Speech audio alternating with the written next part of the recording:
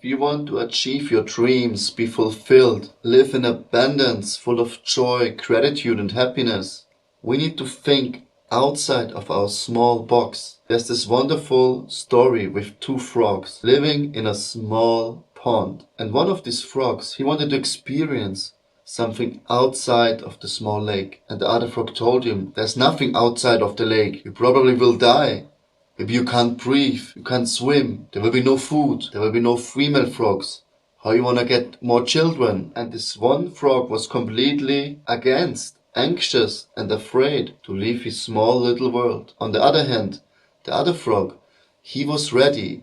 He wants to explore, he wants to experience. He was so sure there must be more than his tiny little conception, what he thought is reality. So this one frog left the lake and then he experienced rivers, more lakes. He even heard about an ocean where the water will be salty, and he was so full of anxiety. He came back to his small little pond and he met his friend and he told him, the world outside is amazing. I saw so many various lakes and rivers, and there's even something called an ocean. Can you believe it? And this one frog, I don't believe you. There can't be anything else than my small little lake. Does this sound familiar to you? The story of these two frogs reflects our state of being. One is the one who lives outside the box, the explorer, the adventurer.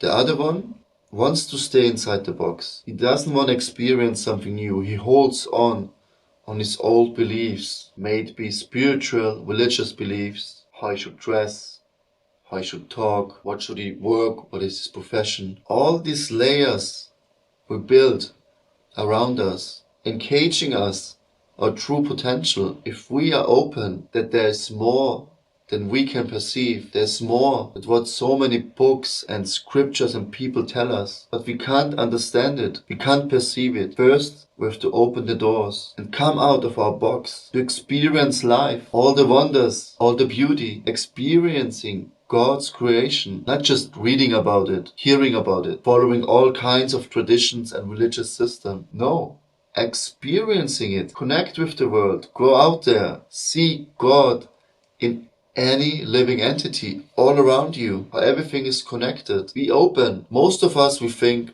we have this tiny little planet called Earth in this whole big universe, and we're the only species with a deeper understanding. There's no life on any other planet because we never saw it, we never went there, and we are completely closed for anything outside of our small little world. I know for myself, I followed so many religious systems, traditions, but as long as we think there's only one path, everything else is illusion, everything else is wrong, only my belief is the only right one, then we again live in the same box. There's truth, there's God and love everywhere to find, not just in your own system. And if we close and we think other people, they are wrong, they don't know, they are an illusion, we again going into our own small little world. Life itself is so great.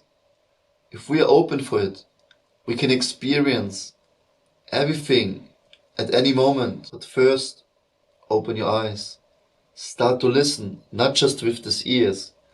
Listen with your heart. Connect with other people. Connect with other traditions. See the beauty, the dedication, the love and the worship to God in any kind of system. Instead of criticizing and finding faults all the time, why not be open and appreciate their process? And then we can unite, and the whole world will be a big shelter for all kinds of people, not just of one class, of one system. So my brothers and sisters, I beg you, be open. Let's share love, kindness and wisdom together. And let's worship the divine with all our hearts, instead of attacking and criticizing each other. Sending you lots of love. Thanks for watching. If this resonates with you, please share it with your friends. Namaste.